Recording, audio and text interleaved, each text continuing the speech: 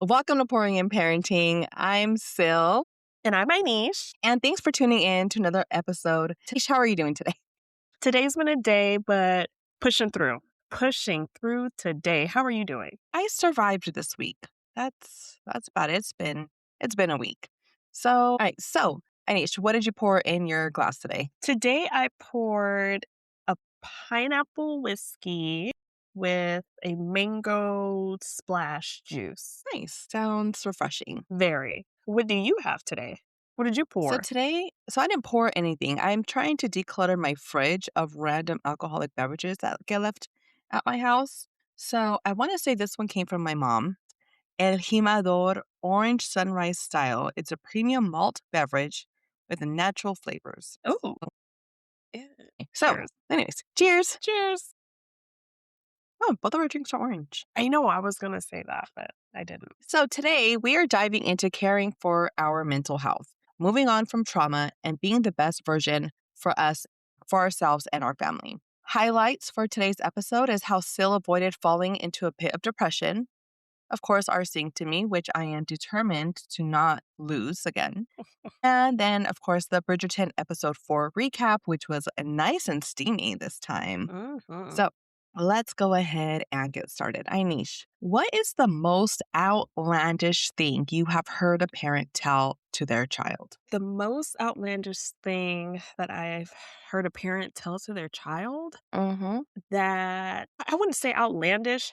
I know that I've heard stories. I don't know anyone personally, but I watch a lot of ID channel and like Snapped Oxygen. And I know people that put locks on their refrigerator. Parents get upset with their children, I guess, going in the refrigerator, or they punish their kids and chain the refrigerator. Now, granted, the stories that I've seen on the ID channel and Oxygen, unfortunately, the kids more times than not are maybe foster kids or adoptive kids, so they're treating those Mm, kids differently, unfortunately.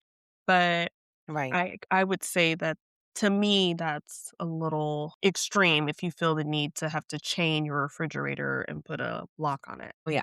Yeah. So there's definitely like some abuse going on. Unfortunately, we do see or hear a lot, it's usually like the foster children or maybe like the stepchild or whatever, where they endure a lot of abuse. So that's unfortunate. So for me, one of the craziest things I've heard, it might not be the craziest, but from what I can remember, is there was a parent out at the ballpark and he yelled at his kid. Now, mind you, it's a game. Everyone's watching. It was a baseball game. So they're not that loud. And a parent very loudly yelled at his kid, "I knew you didn't have it." Oh my gosh, are you serious? Yeah. I was so heartbroken for that kid. I mean, this was like maybe T-ball or a level above T-ball, but like I just couldn't imagine hearing my parents say that to me at any age. I knew Yeah. you didn't have it. What? So I could just imagine the abuse, the emotional abuse in this Mm. case that this poor child has to endure within the home. Like if a parent says something like that in front of a crowd of people, what happens behind closed doors? Yeah, especially at a silent baseball game or T-ball game for that matter. It's and Yeah, not like silent, everyone but was yeah. right. Yeah, but I mean, it's not like a soccer game or a Right. football game where you could barely hear yourself speak, but Yeah. a baseball game where, it's definitely a little bit more quiet.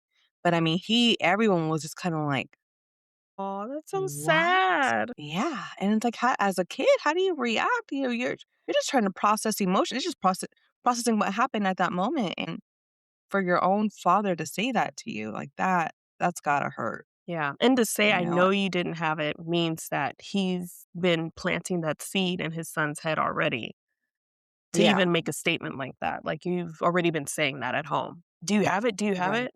You know? Yeah, I know. Let's go ahead and go into trends. All right, so starting with our hot topics or trends, our first trend is cycle breaking parenting. So, according to an article in Parents Magazine, Gen X parents focused on involved parenting and even helicopter parenting. Gen Y parents, so we're considered Gen Y, focus on gentle parenting. I don't necessarily agree, but I think there's the millennials from like, the early millennials and the late millennials. So that might be the more late millennials. Then there's Gen Z, who are moving away from these approaches and focus on a hybrid approach, which includes cycle breaking and cause and effect parenting. They feel that parenting styles should be blended and used depending on the situation. So I kind of agree with that. Not all children are the same. Sometimes maybe there's a kid that you can gentle parent and you can really actually gentle parent the way it's meant to be. But then there's that other kid where, things are going to be a little more different. Maybe you have to be a helicopter parent, or maybe you have to be a little more disciplined with that one child. It just depends. What do you think? Think the blend of the 2 is a good option because, like you said, no 2 children are like even twins, as similar as they are, I'm pretty sure there's so many twin or multiple parents out there that will say, no, they definitely have their different personalities, but they may move or walk alike. So the fact that the main focus is gentle parenting is actually surprising for our generation. Yeah, I was shocked. I was like, what the hell? I don't do Yeah. that. Yeah, I'm like, I "Oh." don't think I do. Who knows? I don't know what I do anymore. I feel I'm a blend of the 2. I probably if someone was a fly on the wall that was a psychologist, they may say otherwise, but I feel like kinda gentle parent and, and bring it back, from the old school as well. So, that's an interesting statistic. So, according, once again, to Parents Magazine, the styles that are used, 37% of Gen Z use cycle breaking, healing generational trauma. 33% use attached parenting, which is a form of creating those emotional bonds. 31% focus on prioritizing cause and effect, real world consequences, and 20% are using child-led parenting. I don't like the sound of child-led parenting. Like, that's not going to go down. Luckily, it's only 20%. Yeah, because what does that mean? I don't like I think, the second to last one you said, what'd you say? What was the second last one you said? Prioritizing cause and effect, real-world consequences. Yes, because I feel with social media being so big, there's so many parents that put their kid on social media holding a sign and is that what that Mm, means? You didn't do my homework, so I have to go to school with this sign on my back or something. And it's bringing embarrassment and shame to your child. And honestly, feeding fuel to the other kids to poke fun at your child and, cause and reaction, right? So your kid may react negatively towards that depending on their mental state, I guess, after putting them in that situation. I've seen a video actually not that long ago of a mom cutting her daughter's hair off because she didn't do her homework, and oh, she cut no. her hair off on live and then recorded later, and the daughter was like, "Oh, I love my mom." The mom was asking her questions. "Oh, no, I love her. Everything's fine." And I'm like, that's No, not that's that's not abuse. okay." Yeah. It's a form of abuse for sure. I agree. I like the cycle breaking, healing from generational trauma, the attachment parenting, forming those emotional bonds. I like that too. I guess for the prioritizing cause and effect to the real world consequences, I think there's extreme. So I think like your examples were like when people take it to the extreme, Mhm. like, and they do. I've seen those kids with those signs. That's to me is so awful. The damage that you're doing to your child is almost unrepairable. Mhm. That's going to stick with them for life. But like smaller cause and effect, it's funny. Like if you break something of mine after I told you many times to stop, now you're going to pay for it.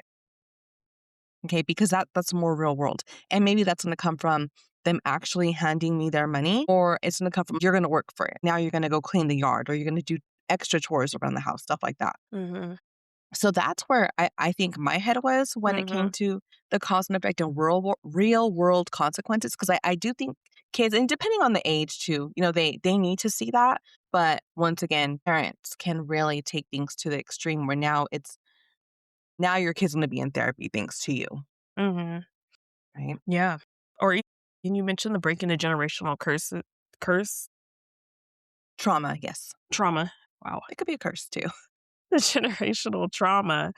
Real quick, I seen a young lady on social media and she was sneaking out of her household at 20 and she didn't really go into details or specifics about it, but she felt that she needed to get out of the house and document it as she escaped her trauma. And did you have to document it?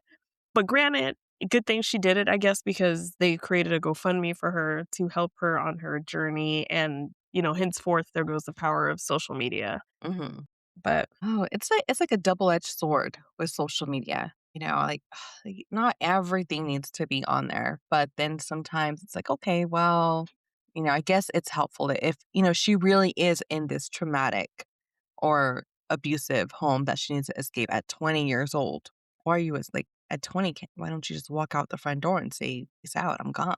But yes, different yeah, families, different dynamics, and you don't know what's going on there. Maybe anything can happen, right? right. All right, moving Yeah. on to trend two, wearables for parental stress detection. So this one was interesting to me because I'm like, really?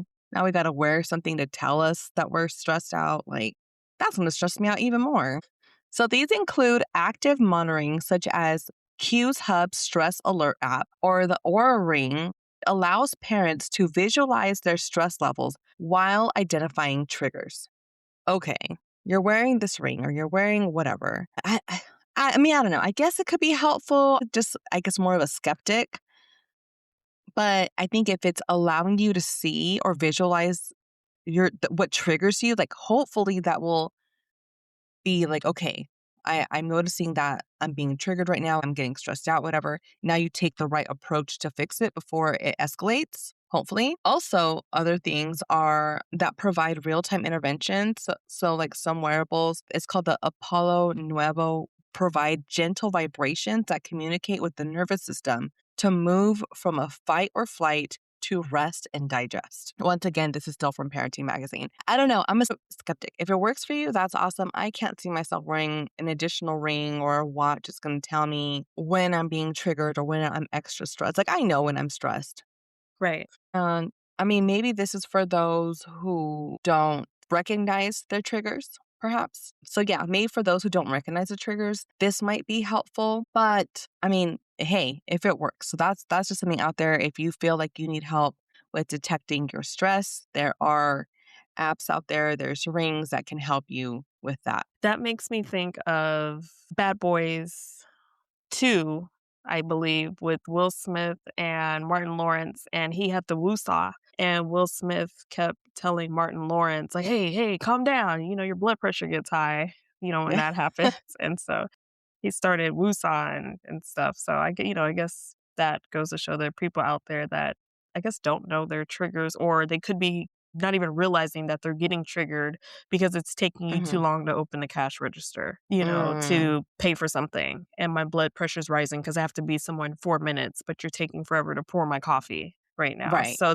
I can see that being a moment where someone's not realizing that they're being triggered because it's something so small and not grotesque, I guess. So Okay. All right. Moving into our next segment. So, we've talked about breaking generational trauma. We've talked about different approaches to parenting. But can you really be the best parent possible if you haven't taken care of yourself first? So, I'm about to do a deeper dive into my own story with mental health because I have been suffering from anxiety and then depression for quite a while now, about 9 years or so. I didn't really realize until I was pregnant with my son when I had my first anxiety attack. Unfortunately, I was pregnant and I couldn't take anything, and I didn't really even know what was happening at the time. But when it started happening more frequently, I got diagnosed with having anxiety and they offered me medication. So when they prescribed it to me, I was hesitant. I didn't want to take it. I was like, I don't need anything. Like, I'll just push through. I'll just push through. I picked up the medication. I looked at it and I saw the side effects, and some of it was like suicidal thoughts, just a lot of bad stuff that I saw in there. And I was like, I'm not even close to suicidal thoughts. Nope, I'm not. This is not for me. So I did not take the medication. And for a long time, I kind of silently suffered through my anxiety. And a big trigger for me that I realized was driving. My first anxiety attack happened when I was in the car and I was stuck in traffic. So after that, anytime I was stuck in traffic, I would start to freak out a little bit. Like my palms would get sweaty, my heart would start racing. I felt like I couldn't catch my breath. It was just the most out of control feeling I had felt. So there was a long time where I didn't want to drive by myself, especially if it was somewhere far. I would just get in my head, especially just having those thoughts by myself. Especially when you're driving, you just get in your own head, and that would happen to me. And there was one time where I was driving, and I was probably not even 10 minutes away from my parents' house when these thoughts started to happen, where I was kind of like, dang, how do I just automatically remember where to go? Like, I know exactly how to get to my parents' house. And I'm like, wait, is it my parents' house? Like, I literally thought I was driving myself crazy. I was having the worst anxiety attack, and all I can think of, am I gonna go to the right house? If I knock, is that where I'm gonna be? How do I know I'm gonna be there? It was just the most insane. And after that, I was like, okay, I need to reevaluate because now I'm really starting to scare myself. And then I noticed it with my child, because Benny was born premature. There was a certain bond that we didn't get to have that most mother and child get to have when they're first born. I didn't get to hold them. I didn't get to have them on my chest to do them. That baby bonding The skin to for skin. weeks. Yeah, the skin to skin. Like we didn't have that for weeks. I think it was also postpartum depression. So I think it was a mixture of that I didn't really heal from. And I didn't know that it bothered me so much. But I had a disconnect with my son. And on top of the anxiety I was getting, there was just a lot. And once again, like it was a really long time that I was suffering. And I was like, eventually I'm just gonna pull through. Like I felt like I was a strong individual and like whatever, it's gonna go away. And it didn't. It wasn't going away. And it started affecting me in so many ways. Just from my day-to-day tasks, I felt like I couldn't function the way I should for my kid and my husband and even like my family around me. And then I think I even told you one time, this one wasn't even like that long ago when you were over. I don't think it was this past summer, maybe the summer prior. And we were kind of just like sitting on the couch and I feel like I had nothing to say. Like I was just quiet. And I was like, really, we're not like this. We can always have a conversation, but I felt like it was me. Something was going on with me. I just had no desire to talk. I wanted you there. The kids were playing, but Mhm. I just had nothing to say. I felt like I had no personality, no life, no spunk, no nothing. So finally, one day I went to the doctor and I'm thinking it's still the anxiety. And the doctor tells me, okay, I'm going to give you this prescription and it's something you have to take every day. It's a low dose, but it's for anxiety and depression. And after she said that word depression, I just burst into tears Oh. because I think it finally hit me that I had been depressed and I didn't realize it. And I didn't realize that I had been so depressed. And for her to just say it, she was like, no, you are depressed. Like everything you're telling me, like that's depression. And I was like, what? Like, and I think I was just trying to suppress it. Like I was like, no, like this can't be it. Just because I'm like, no, like I've dealt with so much in my life. Like I don't get this. Like I'm fine. The anxiety, fine. I'll admit to that.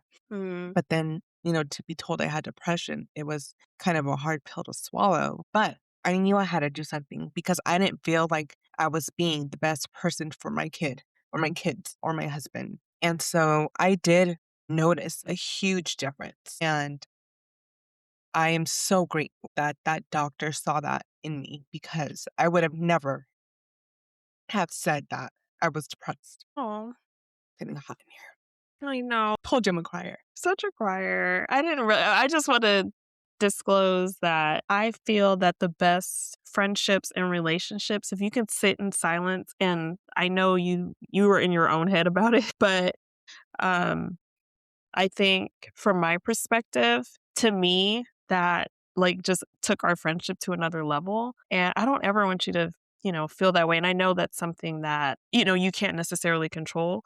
But girl, we can sit in silence all the time. Or I can just talk to you. If you need me to talk Oh and you my just gosh. want to sit there, I will Oh, literally guacamole. I have all the words to say to you. So no, I can't even recall that because if anything, I was enjoying our space together. So never whenever you're with me, never think that if you need to sit in silence, be specific because I may keep talking. Or if you're like, hey, I'm not gonna say anything, but you can talk, please say that because I'll do all the talking. I appreciate that. But I think what was getting me is that I had nothing to say. Like, I don't even think I wanted to be in silence. I just felt like I have nothing to say. So, Yeah, that was really eye-opening for me, but like I said, I knew I had to do something, and even though I was scared to take the medication, I know there's a Yeah, stigma behind it to take antidepressants or take yeah. anxiety medication. Eventually, you have to find something that works for you because then you're not living. And I felt like for a while, I really wasn't living. I was kind of just going through the motions. And that was really sad. Like, I'm really sad that I went like that for so long. Yeah, no, that's and you're definitely not alone on that journey at all, and the fact that you can even be open to have this conversation is amazing. So, kudos to Well, you. damn. I didn't think I was gonna be this emotional. But I'm emotional because it was so real. Yes. And like I said, I needed to do something to be a better parent because I didn't want my kids to see or feel that there was something wrong with them when they're not the problem, it's me. I'm the one who needs to take care of myself for them. And that's the message here. After all of that is to please take care of yourself because our little ones need you and they notice. And I'm not cured. I still have my days where I struggle and I feel it. And I still am on the medication. And it's not supposed to be forever either. But there's days where I struggle. But I think knowing that I'm working on it and knowing what my triggers are and knowing the tools that I have now, other than the medication, because you can only take one of those, that you can't take more than that a day. But just being more self-aware of who I am and my struggles have helped me just to become a better me. But I want to share with you a story of someone who has not dealt with their own mental health. So there was a story that went viral a while back, and I'm not going to mention any names, but it was of a woman, a mother, and she was yelling at her son. Her son was a teenage boy, and she's telling him these really horrible things. And, things like, I wish I never had you, I hate you, even led to encouraging suicide. And it was awful. It was awful to see. And I'm sure for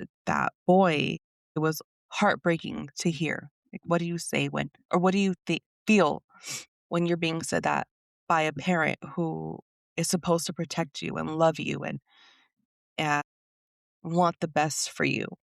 Um, and all I can think of was when I'm watching this is not necessarily just that how awful that boy must feel, but this person must have some type of trauma in their life because that is not normal behavior. That is not how anyone should, and most people don't talk to their children that way unless there's something behind it. So like I said, I've heard some stuff before, just like the parent who told their kid, I knew you weren't good enough or whatever it was that he had said. Yeah. Uh, there are worse cases out there. And all I can say is I really hope this person gets help because I'm sure that there has been a tremendous amount of damage done to this poor boy and anyone else who is immediately around this person, this mother. It was just so sad because most people would be like, "Oh, she's a horrible mother," and she's definitely not a good mother, but there's also has to be some pain Like a and bad help story. should be encouraged. Yes, help should be encouraged for this mother because hopefully if she were to get this help, she could try to repair the damage that she's done to her child. Yeah, no, absolutely. Real quick, there's Black China's mom actually just recently, a few weeks back, put out a video. It's talking very negatively about her own child. And I know that they're in the social media world, and Black China and her mom have been in social media for many of years. And I know that just based on what we're seeing, which is just some minimal look into their life. And her mom said some really dark and nasty things about her on social media, very close to what you just said about that mother saying negatively about her son. Like, China's a mother, and she's fully grown, and I'm assuming you're talking about a child, and the mother is speaking those negative words to their child, and so, as a child and even to an adult, that trauma from your parent can carry through if they don't get the help that they need.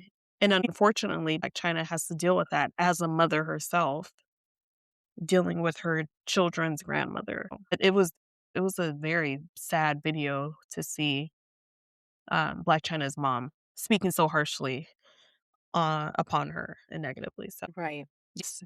It's awful because it's also on social media. I think it makes it even worse than if you would have just said it to my face. Like, yeah, it's gonna hurt, but now the whole world knows how you feel about me.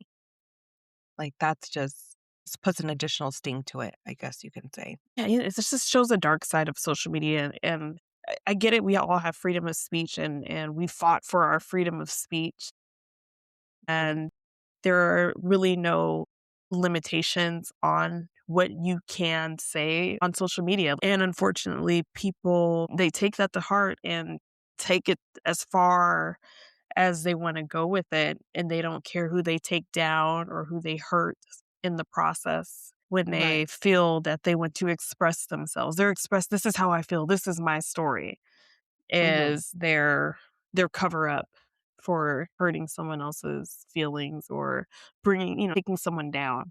Yeah. So that's unfortunate. Yeah, definitely. And a lot of it is from trauma that they felt. So, generational trauma is not always obvious and it's not always like really extreme experiences. It could just be from everyday experiences, just like how people give love or how they withhold love, different patterns of discipline and communication, and like how all of that happens. So, it's not always these big, huge bombs that get dropped that give us that generational trauma, but it's the little things too. So, as parents, we need to make sure that what we're doing in front of our children or what we're saying to them, that it's intentional, but also appropriate.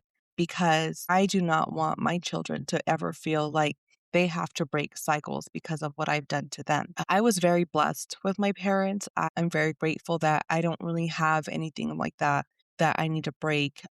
Yeah, In agreed. order to better parent my children, Yeah, I agree. right? As far Yeah, as like we my I think we parents were both go, yeah, yes, we like, were both blessed with, yes. having wonderful parents. Yeah, I'm trying to match their energy is my I don't know mindset. how they did it.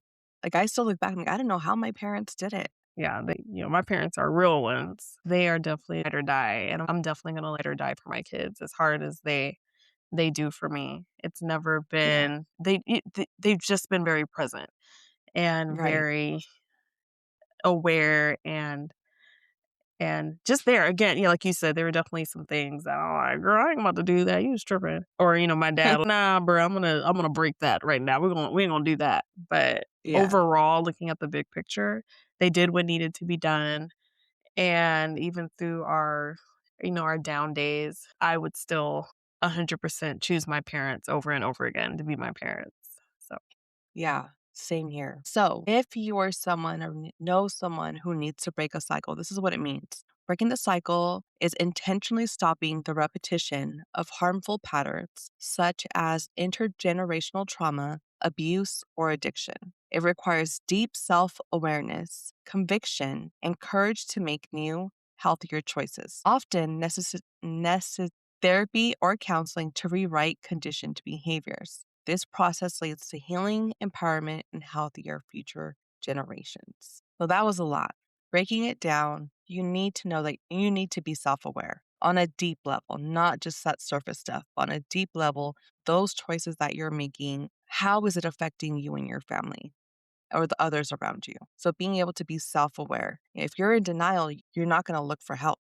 You have to be ready to get help, that conviction, and ready to try something new, healthier choices, whatever it is. And many times it's going to lead to therapy or counseling, but just think of it in a way that it's going to help you. It's going to bring you to be a better you and a better parent for your children. yeah, being definitely be self-aware. That could be easier said than done. You may need to get that ring that Sil was talking about earlier, but I do feel that you're gonna make mistakes. We all make mistakes. You're not gonna master anything that we're talking about today, that Sil's touching base on. You're not gonna master it, but if you can to admit to, if you feel that something's off and you can self check in with you can check in with yourself, then that's the first step of acknowledging that you need to break a pattern or change the pattern. So get that ring. Invest in invest in something to monitor your stress levels.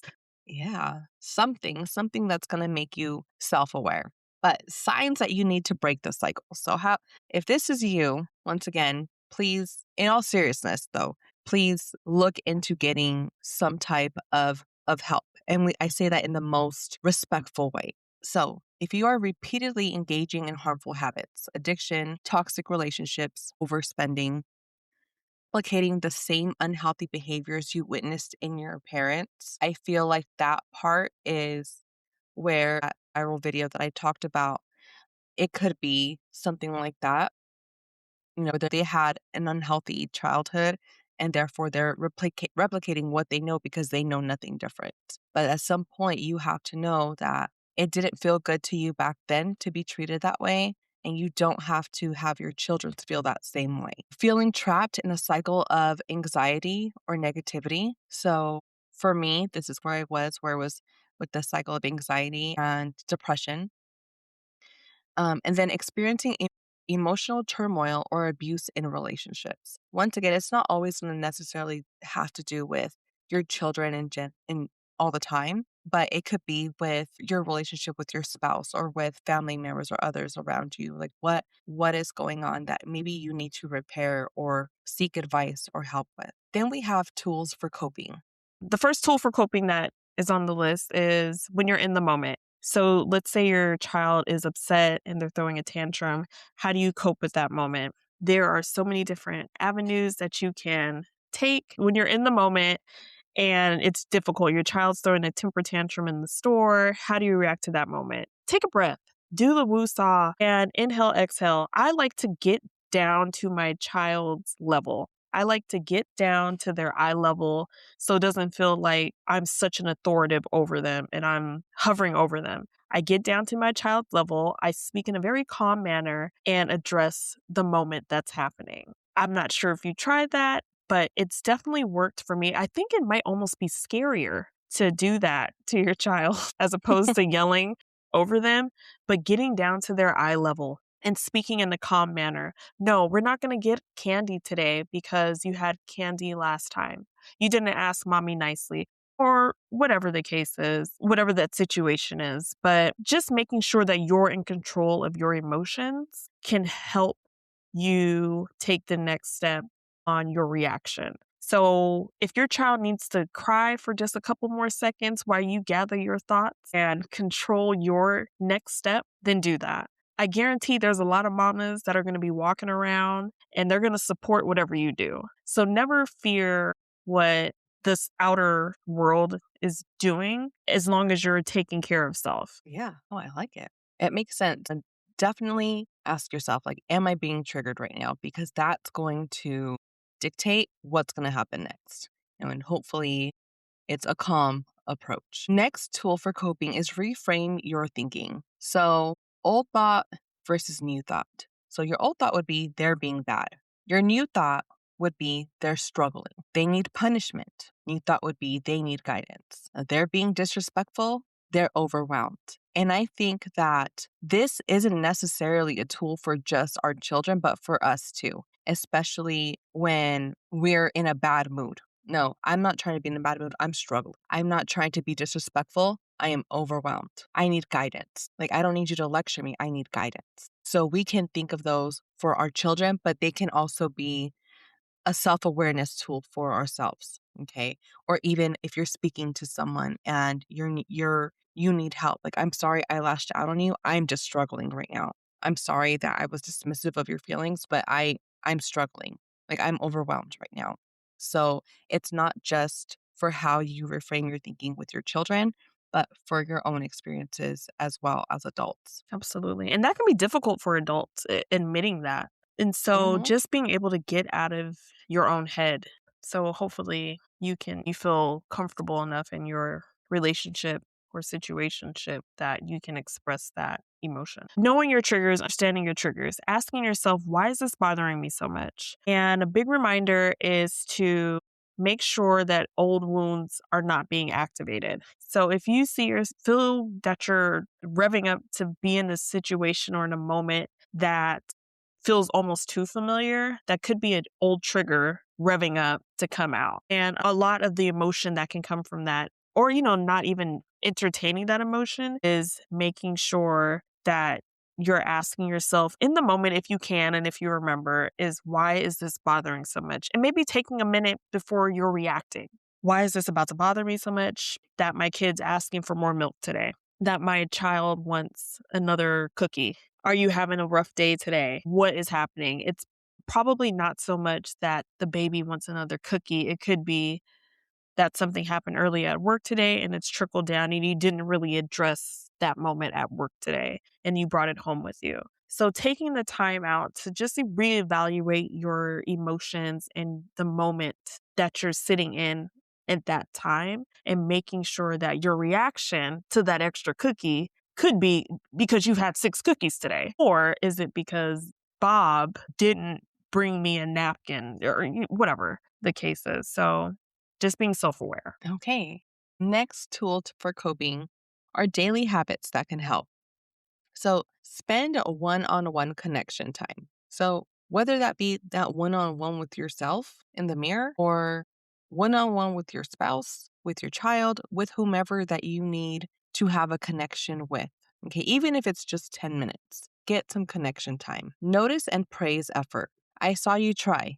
That was great. Stay curious and not judgmental. Reflect, whether it's via journaling or thinking. What went well today? What can I do differently tomorrow? It's not going to be a perfect system, and things might work one day, they might not work next. But to praise yourself or praise others, noticing that you're trying, like that's already a big step, and that's going to do wonders for you as you navigate your journey into a healthier you. The next we'll be discussing is discipline shift. Instead of timeouts, yelling, punishment, try time ins. Stay with them, coach their emotions, and teach problem solving.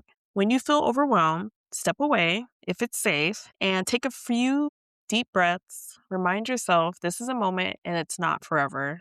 I can choose a different response. I like that. Remembering that this is just a small moment in time and it doesn't last forever, because sometimes we just get so fixated on what's happening that we prolong it and we think like this is never going to end, but it will end and you will get through. It's not forever. So I really like that one, that constant reminder, like it's just a moment. It's not. Remember your breaking cycles, not just handling behavior. There's small changes that equal big generational impact. The repairing matters more than being perfect. It's not going to be perfect. And you're going to have those days when you're doubting yourself. Is this really working?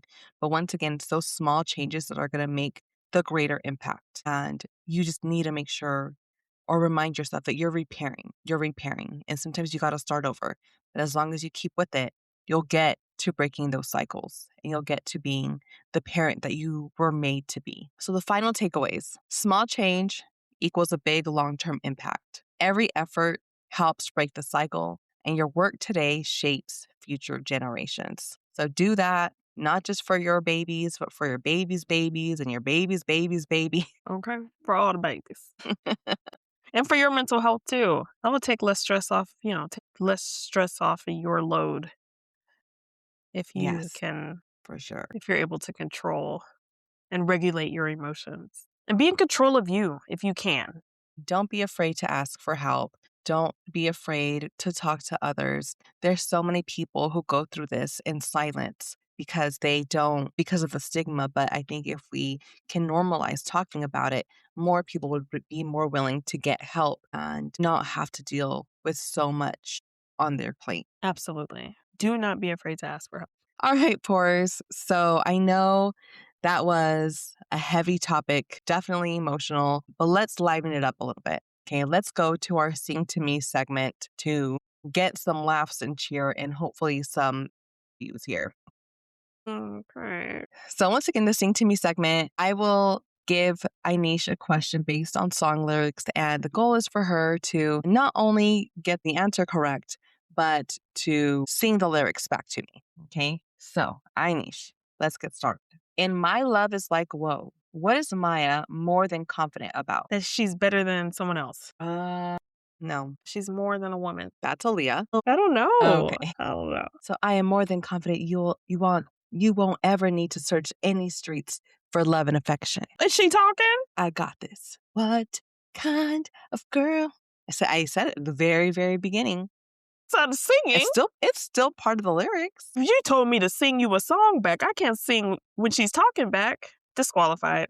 You literally gave the rules of the game and decided to pick speaking parts. It's part of the lyrics. She says it. Ugh, fine. Okay. Damn Disqualified. it. I was win. so confident in that one. I mean, you still didn't get it. What did Andre 3000 thank God for his mom and dad doing in his song Hey Ya? Shoot, okay. Was he talking? Gosh, you scared me, first of all. Second, he is singing, a rap singing. That's a song. I know Hey Ya is a song, but that part of the song. It's a verse. What's cooler than being cool? I know. What's cooler than being cool? It's cold. I don't know. Dang it. Again, ladies and gentlemen, before I give you the answer, what did Andre 3000 thank God for his mom and dad for doing in his song? Yeah. Thank God for mom and dad for sticking two together because like we don't know how. don't know how. Shoot. Dang it, you got me. All right, let's see. So, what has Ashanti so happy about every day? Fill me with so much joy. I don't know. It's not my song.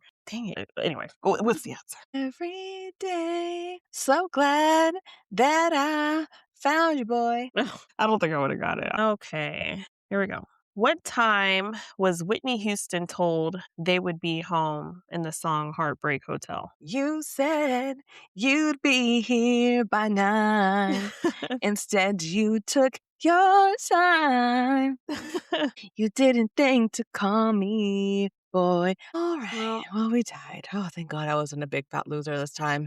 My gosh, really? I'm sitting right here. I don't want to lose both of them. That's the story of Like my last life. time, that was embarrassing. For me. Right here. For me. I am right here. Okay. So, friends, we are into our Bridgerton recap of episode 4. This one got steamy. It was a good one. Okay. Just like I remembered good old Bridgerton to be. Okay. So, once again, if you have not watched season 4, episode 4, we kindly ask that you step away now, go watch it, and then come back. Okay. Thank you. But if you have watched it, please continue to tune in and let's see what our opinions are about this episode. So I definitely thought it was a better episode. Once again, Benedict pissed me off. He just loves his foot in his mouth. Oh, he's the worst. Right? So it starts off with Benedict and Sophie arriving to Bridgerton house. And Sophie finds out that that's where she's going to be working. She was opposed to it, but obviously knew that she didn't really have many options. So she begins to work there as a lady's maid for Benedict's 2 sisters. And I did like that he kept his word, and I kind of already had forgot about this, by bringing Hazel to work there as well. Her So I thought that homegirl. was like really, yeah. Yeah, I forgot about her. I didn't even think she was going to pop back in, honestly. So Sophie and Benedict end up having a huge moment. So there's a lot of tension in the house between the two, that physical attraction. They keep bumping into each other everywhere. After Benedict had been like, oh, you're hardly going to see me. And he was there all the time. He's still looking for the lady with the silver glove. And he tells his mom that I'm back on the hunt. He had this newfound sense of finding this woman literally right underneath his nose. They bring in this other woman. Do you remember her name? I don't remember her name. She was like, I was just so annoyed by her presence, quite honestly. What other woman? They thought she was the one because she didn't know how to dance. Like she knew multiple languages. So they brought her in for tea, her and her mother. Mm-hmm. So Benedict was there and he was asking her questions. But one of the final questions at the end where she was like, oh, I always wanted to visit Bridgerton house. So then Lady Violet was like, oh, like, I'm sure you were here for the masquerade ball. She's like, oh, no, like I couldn't make it. I was sick or something like that. Mm-hmm. So then obviously you knew she wasn't her. Right. She wasn't the one. Mm-hmm. But Sophie walked in And apparently she wasn't supposed to be there because that's not her job to serve tea. Walks into what she feels is Benedict courting another woman. And there was like a whole incident where she spilled tea on him and he gets upset and everyone just kind of goes their own ways. And they just have like all this once again tension. What did you think was going on at that time? Honestly, I don't think that I thought that too much was gonna happen between the 2 of them just because she had just started working there. I I didn't expect him to be so present though, I guess, for some odd reason, and I don't know why I thought that in my brain, that he was gonna Mhm. practically move back in to the house or Yeah. to the grounds, if you will. But also, I guess I didn't think that he would go back to his cottage either. The interactions that they were having was expected, but not expected at the same time. How do you not Mm. run into that's like buying a new car and then you keep seeing the car that you just bought, right? And not Oh, to I say hate that. she's property, but you have a crush on someone, you're always gonna see them, and Right. you're in the same residence, so, it Yeah, wasn't. but it was him also. I think he says, like, towards the end, like, "Yeah, like, I'm so, like, drawn to you, like, I'm here, because of you," where she's like, "I'm just trying to get you to, like, leave," and he did leave for a little bit, Mhm. and that's where, like, that big moment came in. He wasn't supposed to be there, but he had this, like, epiphany, like, "You know what? Sophie's, like, the one," or at least that's what we thought, Yeah. he was thinking. They end up get the servants of the house get the night off for Lady Violet Bridgerton's little rendezvous, which we'll get to in a second, but because everyone was gone, or while everyone was leaving, Sophie forgot her coin purse in her room, so she runs back to get it. Well, Benedict has an epiphany at that moment. So he's in Bridgerton house, running up the stairs looking for her. They meet in the middle, and they just have this love not lovely, it was actually very erotic scene. I thought they were gonna get caught. When I thought they were gonna caught, and then I thought maybe they might take it to the bedroom because they stayed on the staircase the whole time. What were you thinking at that moment? I definitely didn't think they were gonna take it to the bedroom. There was a scene, I think that episode where or the previous episode where she pleasured herself, and Mm, that it was the same episode. okay, so that episode she pleasured herself, and so my thoughts were that's as far as she's gonna let it go, is that he's Mhm, gonna use his hand, it's not gonna get that intimate, and so I was okay with the moment when it stopped because I'm like, I feel like they prepared us to be like, "Oh, okay, like, don't think your girl is that quaint. She does, her way around the toy." So I think mhm. that was the director preparing us for that scene. So you're not like so yeah, I wasn't surprised when the next moment happened. I mean, I was surprised when the next moment happened as far as what came out of his mouth. But I wasn't Ugh, thinking that they were gonna I wasn't thinking that they were gonna take it to the bedroom, honestly. And I didn't think that they were gonna if anything, I guess I probably thought they would have gotten caught to a certain extent mhm. by his mom or maybe, or, I guess. I didn't think it'd be his mom because she was She was also gone. being entertained at the Yeah. moment. But, I thought by one of the friends, I mean, they're gonna come check on her, like, "Is she okay?" And I thought that would bring a little more drama to the story because clearly that's a big no-no. But what he said, I was like, "Here we go again, being thrown 10 steps back." And then his face afterwards, like, just total, like, he was flabbergasted. Like, "What?" So, if you don't remember, he says, like, "Sophie, will you be my mistress?" And the seductive I can't imagine a woman would ever be like, "Yes, I wanna be your mistress." Who asks that? I don't know if mistresses get asked, but I was shooketh when he asked. Like that was out out of left field. I was not expecting that. I don't know what I thought he was going to say or what words were going to spew out of his mouth, but it was definitely not that. And if there are mistresses out there, My gosh, that's intense. But yeah, I guess I would wanna know too. So yeah, so that's where we kind of leave off with Sophie and Benedict, is him putting his foot in his mouth again, pissing us all off, pissing Sophie off. She runs off, which I don't blame her. I might have given him a right hook before I took off, but you're not even married. yeah. That's crazy. Yeah. Like, why don't you take me out of the gutter? You know? That's crazy. So, anyway, that's it. Damn it. Do better, Benedict. So while that happened, Lady Violet Bridgerton was getting her groove back in her own bedroom, same house. That's so weird. But she finally got it on with her man, Lord Marcus. And I was so happy for her. My gosh, finally, first off, it's been a while. And I was surprised by her outfit. Even they even showed that moment, that intimate moment she had with herself, just looking at herself in the mirror. Mhm. Like, it's like she hadn't looked at herself in a long time. Right. And she's like, hey, I still I got look it. good. Okay. Yeah, and she had on that corset, and what did she say? Like, "Oh, I'm the tea for tonight," or something. I don't know. I don't know what she said, but I loved it. I loved all of it. Yes. So I'm so happy for them. I wonder what that's gonna blossom into. So then we have Eloise, who is confronted by her younger sister as being self-involved. So we noticed that Eloise is a little bit different from the rest of her siblings.